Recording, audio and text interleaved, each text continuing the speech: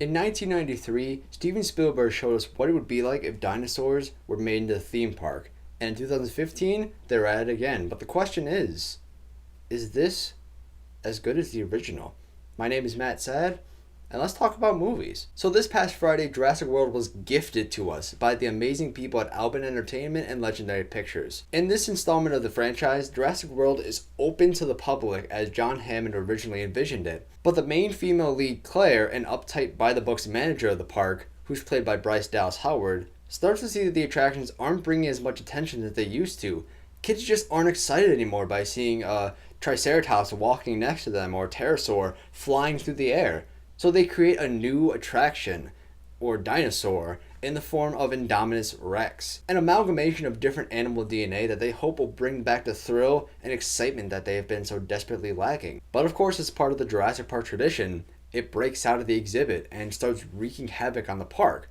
So they bring in one person that they think can stop this whole mess. Owen Grady, played by Chris Pratt, comes in to try and see if he can find a way to fix this whole mess before the monster gets into the island and pretty much endangers 20,000 people that are on the island on this day. Unfortunately, that's where more of the major plot points end, but that's kind of a general basis for what's happening in the movie. Now for some good things in the movie. There were some shots of the park that I thought weren't as exciting as they were intended to be, but the actual CGI used for the dinosaurs and for the actual fights and sequences of the movie were actually very good. Now, something that I noticed with the visual effects of the dinosaurs is that they had sort of a more dull color palette the less important the dinosaurs became. Most of the more least important dinosaurs, kind of the ones that are more part of the attractions, have basically the same gray, tannish brown sort of mixture and color palettes of their skin.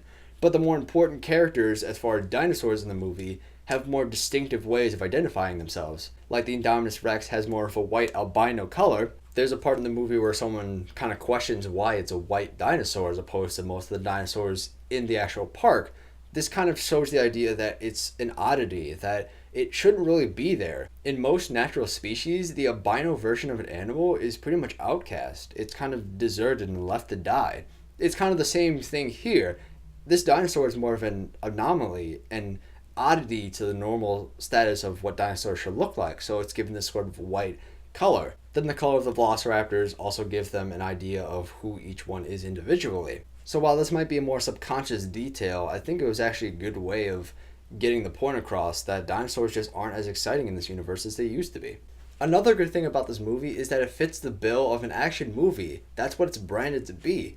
There are a lot of scenes in it where, even though they may not be fight scenes in particular, they're still tense and exciting and you want to see what happens next. These scenes are even more exciting when it's coupled with the new score of Michael Giacchino and it's mixed with the original theme by John Williams. Now on to some of the bad things. One thing that I know in particular is that the plot is exactly what you would expect. There aren't many twists and turns that happen with the plot. It's very linear and it's very predictable, if you will. You can just kind of see where everything goes. Oh, the dinosaur escaped. Now it's kind of ravaging through the park and it's killing everything. Now there's a dinosaur fight. Now there's two people in danger from this dinosaur.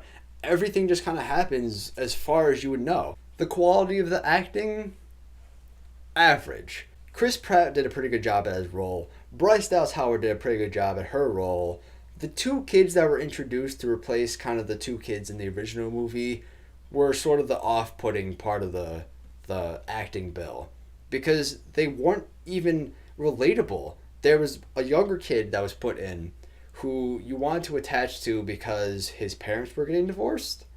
That was about it. That's all you really had a connection to. And the teenager in the movie didn't even play any significant role. Neither did the little kid, but he was a little bit more there. The teenager just didn't do anything. The only reason that they kind of fit into the plot at all is because they make the stupid decision to go into a restricted area of the park and holy crap, everything happens and they see the Indominus Rex. Holy crap, everything's kind of exploding. Oh, it's killing the dinosaur. Holy crap, why are we here? What is this happening to us? I didn't want to be here. Okay, cool. But that's it.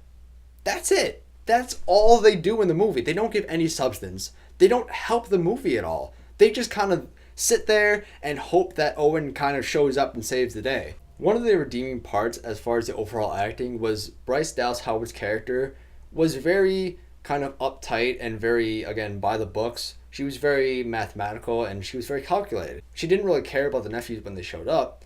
She didn't really care about the people that were going to the park. She just cared about making money and for the park to be successful. But throughout the movie, all of these events happen with the Indominus Rex and with Owen and between her and the kids and all that stuff. She kind of grows as a person who starts to appreciate that her nephews are safe and they're alive, and she starts to care about the people that she's working with, and that's kind of the biggest transformation in the movie. And there were honestly moments that I was feeling true emotion. There's a sad section in the movie involving a long necked dinosaur and Owen and Claire, and it actually had me feeling like this tight knot in my chest of like, this is really bad. This is really like, this is the pinnacle of sort of the emotional aspect of the movie. And then sort of the climax resolution of the movie, that was the one part of the movie that had me on the edge of my seat. I was pumping my fists, yelling, screaming, and everybody else in the audience was doing it too. And it was just such an exciting moment and such a redeeming moment. I'm not going to really explain much about it. Just know that towards the end of the movie, that's where it picks up. That's where all of the suspenseful action and all of the actual sort of progression goes on in the movie. And that was the part that got me the most excited. If you're really looking for a lot of like subtle, like emotional backdrop stuff, if you're looking for anything that kind of tugs at the heartstrings, then unfortunately it's not going to really achieve that. It does have redeeming qualities, but there's no overall effect to it. But I am just one man. You guys should go see it for yourselves. Because even if it's not a rich story, it's still a suspenseful, exciting movie, and it will be worth going to see in theaters. And after you do that, let me know down below, what do you think the future of Jurassic World is, and what was your favorite part of the movie? If you like what I'm doing here, it never hurts to go down below and subscribe to the channel for more weekly reviews right here every Wednesday for your viewing pleasure. My name is Matt Said, and that was my review. If you like what I'm doing here, it never hurts to go down below, subscribe to the channel for more weekly reviews right here everywhere there with Looking at me, I'm like, damn it. sorry. Shadowy figure going to murder me.